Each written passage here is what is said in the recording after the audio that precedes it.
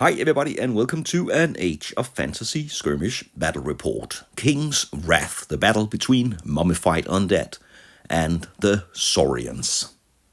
And this is a battle where I test the two forces included in the King's Wrath 2-player starter set by Onepagerules. Recently I unboxed this starter set, so check out that video, there will be a link in the description. Now I have the miniatures painted and ready for the battlefield. And I'm going to follow the exact rules of the starter set in this battle. It is a great starter set as an entry point and an introduction into Onepagerules, in this case Age of Fantasy. There is also a starter set for Grimdark Future. Let's begin with a roll-off to see who will deploy the three objectives that is mentioned in the starter set rules, and the Mummified Undead will use the special Onepagerules dice in this battle report. The Saurians will roll the blue dice. And here we have the three objective markers mentioned in the mission in this starter set. They have to be placed more than 6 inches away from each other and 6 inches from the battlefield edge. Next up, it's deployment roll-off, and the Saurians will win with a roll of 6, so they will deploy and activate first. The rules are of course Onepagerules. There are a few exceptions though. These are the kitchen table rules, which means that all the distances for move and shooting range are cut in half. And there are also a few other exceptions. The units in this starter set are not exactly the same as the units you can build in the army builder. For example, the Mummified Undead are fearless here, and they are of course undead in the army builder. Another exception is that there is no Herald or Gecko champion with a quality of 4 and a defense of 4 in the army builder. So this Gecko champion and this Herald, they are better than the ones you can build in the army builder. A final difference is the Geckos and the Skeleton Warriors. They come in a unit with 3 models in the army builder, but here the rules mention nothing about units of 3. So I must assume that this starter set is made to play the Geckos and the Skeleton Warriors as individual models. So that's what I'm going to do in this battle between the Mummified Undead and the Saurians. But how do these two skirmish warbands match up? Well, a look at the Saurian veteran and the Mummy King reveals that the King has a bad defense of 4 compared to the 3 of the veteran, but 4 attacks.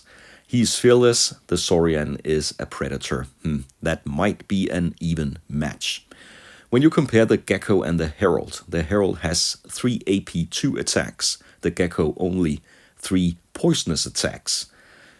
Yeah, I guess that one goes to the Herald. But the Geckos and the Skeleton Warriors, there is a clear advantage to the Geckos because they are the only ones with ranged attacks.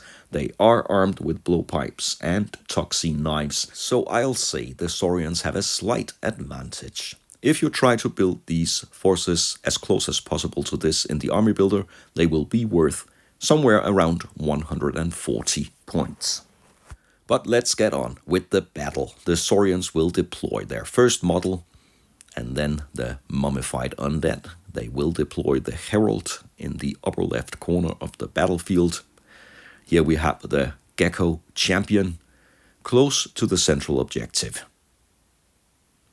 And in the end, the Saurians have deployed all along the battlefield edge here. The Mummified Undead have deployed in groups with the King and one of the Skeleton Warriors in the bottom left, and the Herald and the 2 other skeletons up here. Round number 1.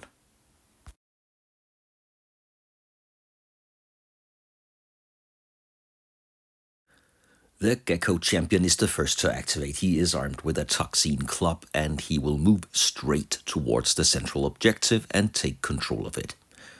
Next up, we have one Skeleton Warrior. He will also rush towards this objective.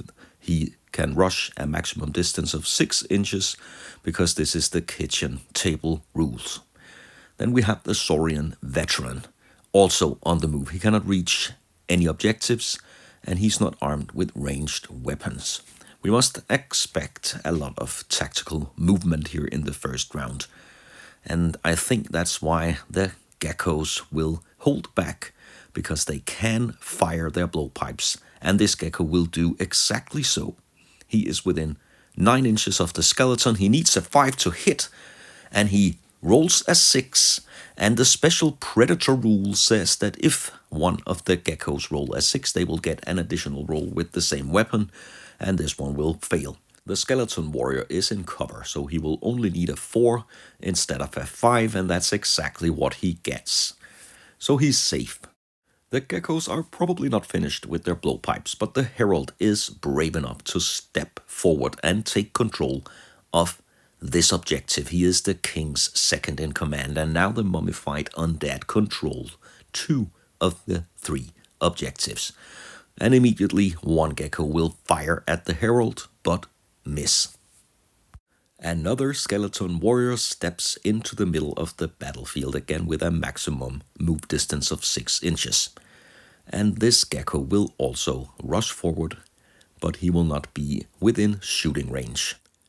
Finally, the king himself will move. He has to get closer to attack in the next round, and that was the final move of this first tactical move round. The mummified undead control 2 objectives, and the Saurians control 1. Let's go to round 2.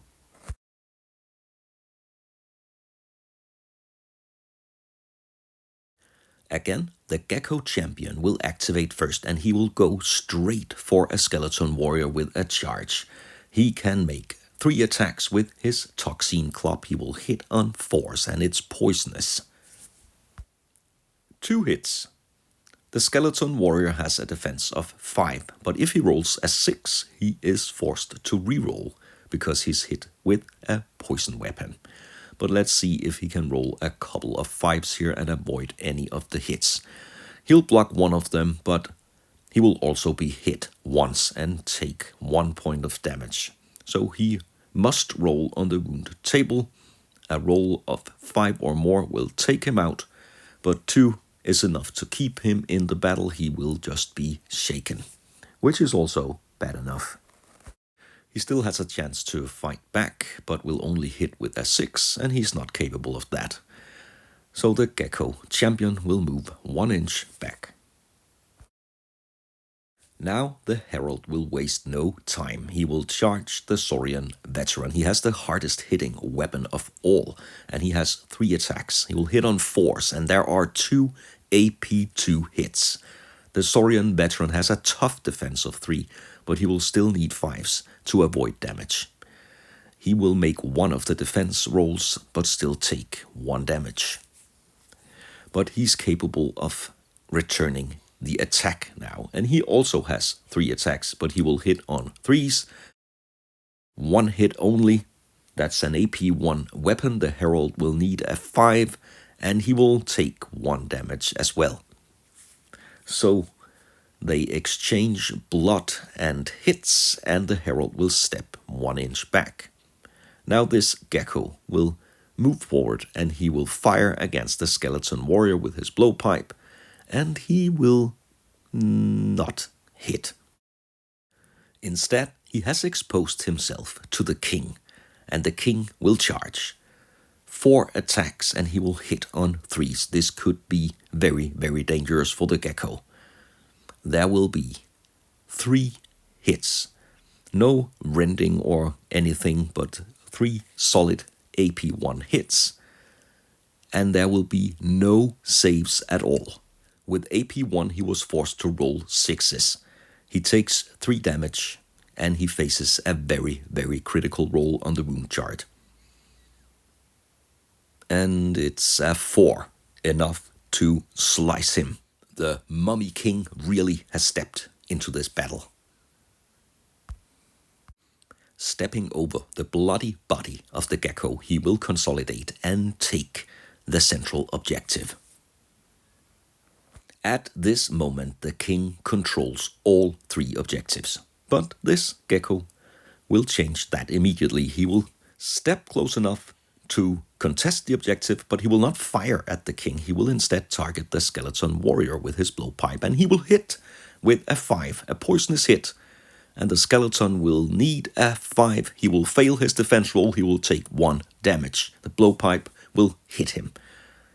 And the roll on the wound chart, it says 6. He is taken out from the distance. And history. The skeleton warrior here will need to defend the objective, so he will rush towards the bottom objective. It's still under undead control, but he will have to guard it. There is still one gecko left with a blowpipe, and he will step out behind the veteran and target the herald. 1 shot. And he hits. So the herald must come up with at least a defense roll of 4 to avoid his second damage. And he's not able to defend the blowpipe. He's now on 2 blood points. He only has 1 remaining before he'll go down. This skeleton warrior will now remove the shaken condition. He's back in the fight. And the Saurian veteran will attack the herald. He has already fought. He's fatigued, but it could be a chance to finish the job. And no 6s, no hits. The herald will survive this second round. He will also have a chance to fight back, but with the same conditions, of course. He's also fatigued, and he will roll no 6s. This is a tough fight, and they can't really get the upper hand, any of the fighters. That concludes the second round. The Mummified Undead and the King control 2 out of the 3 objectives, and the final middle objective is contested by both. Next round, the Mummified Undead will activate first. They have the huge advantage right now. Let's go to the third round.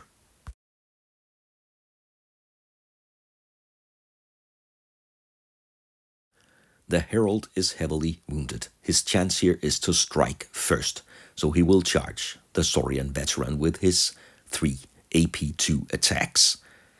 Let's see how many 4s he can get. Only 1, that's not enough to eliminate the Saurian veteran, but it could be enough to hurt him. No, he will block the attack and take no damage. And now the herald will face the return strike. I guess that was not what he planned, and the Saurian veteran will hit with all 3 attacks, and he will also have another predator attack that will fail. But 3 could also be enough, especially with that catastrophic defense roll from the herald. He will take no less than 3 damage, and that will take him to a total of 5. I highly doubt he'll survive this. And as expected, that will be 9 on the wound chart. He will be smashed to the ground by the heavy club. The herald is eliminated. And it was his activation, so the Gecko champion will now activate and attack the skeleton warrior here. He will hit once, but it is a predator hit. So in the end, he will have 2 hits. And the skeleton will block them both, but he's forced to re-roll the 6 here because it's a poisonous attack, so he will take 1 hit and another damage. Ooh, that could be over for him as well, and it is. The herald and the skeleton warrior taken out within the first 2 activations of this round. The tides have turned, and suddenly the Saurians look like they are in control. The Gecko champion will claim the objective. What will the Mummy King do? He will forget all about geckos and go straight for the leader of the Saurians. He has 4 attacks and he will land all 4 of them. It's critical for the Saurian veteran now. Luckily for him, the King does not hit as hard as the herald, so he will block the attack on force. And it looks like he will block 3 of the Mummy King's attacks. He will only take 1 damage. That's a total of 2 now, but he's standing on his feet and he's able to fight back. A fatigued return strike. And still he will hit once and he will get another attack. Because of the Predator special rule, in the end it's only 1 hit. And the Mummy King will not defend. He has a defense of 4, That's 1 damage to the king, and he will step back. This gecko will charge the skeleton warrior. He will not use his blowpipe, he will use his toxin knife, but he will not hit anything. The skeleton warrior will also mistime his attack back, but that does not scare him. He will activate immediately and try again to attack the gecko, and the gecko will also fight back, and they will hit absolutely nothing in this fight. The skeleton warrior manages to block the way to the objective so the gecko cannot contest it, and it will stay under mummified undead control. This gecko will move 3 inches and fire the blowpipe against the skeleton warrior in another attempt to remove him, but fail. It's been a really bad round for the king. He has lost 2 objectives, and now he faces a final strike from the veteran. He's fatigued and he will hit nothing. The king himself can also try to fight and will of course need 6s as well. 4 attacks, and there is 1 hit. And if the Saurian veteran fails the defense here, it will take him down.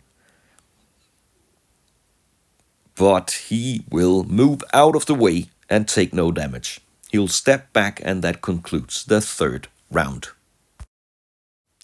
The Saurians control 2 objectives, and they have eliminated 3 mummified undead. That leaves only 2, and that means they are below half strength, and they will face morale tests. This skeleton warrior will have to roll 5 or more, and he will pass and stay in the fight. The king has a quality of 3. He only needs to roll 3 or more, and that's of course easy for him. Let's go to the 4th and final round.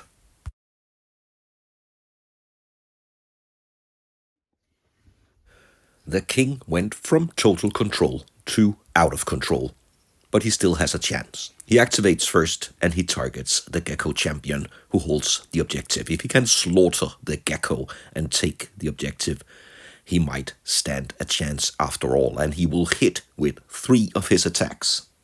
With AP 1 and a defense of 4, this could be enough to take down the gecko champion. But he will defend 1 of the 3 hits. He'll take 2 damage, but that's not enough to remove him, and he will still be around the objective, and he can also fight back. And 1 of the attacks with the toxin club will hit the king. The king will roll for defense, and that's no good. He'll take his 2nd damage. This fight will end with no conclusion other than the king will now contest the objective. The gecko and the skeleton warrior here have been fighting for some time now. The gecko takes a swing at the skeleton, but he does not hit. The skeleton fights back and will not hit either. And then they will take another round. The skeleton will activate now. They are both fatigued, so they will have to roll 6s to hit anything. The skeleton warrior is close, but not close enough, and the gecko will also fail his attack. So no conclusion here either. The Saurians play the tactical game now. This gecko will guard the objective here, and he will shoot his blowpipe at the skeleton warrior. He will hit with a predator roll, and the 2nd roll will hit as well, so that's 2 hits. The skeleton warrior with a defense of 5, and he must reroll 6s. Well, that was not the problem, but he will not defend any of the hits. He'll take 2 damage, and the roll on the wound chart is low enough, so he's only shaken, but when he's shaken, he cannot guard the objective, and the objective now will be controlled by the Saurians. The veteran now has a chance to end this once and for all. He will charge the king. He has 2 hits with his heavy club. And the king, with a defense of 4, must now roll 5s. And he makes 1 of them, but he'll take 1 hit. That could be enough. He will take his 3rd damage for a total of 3, and that will force him to roll on the wound chart. He will be shaken or he will go out. And it's a 5. The king has had enough. He will be beaten down by the veteran, and that concludes this battle.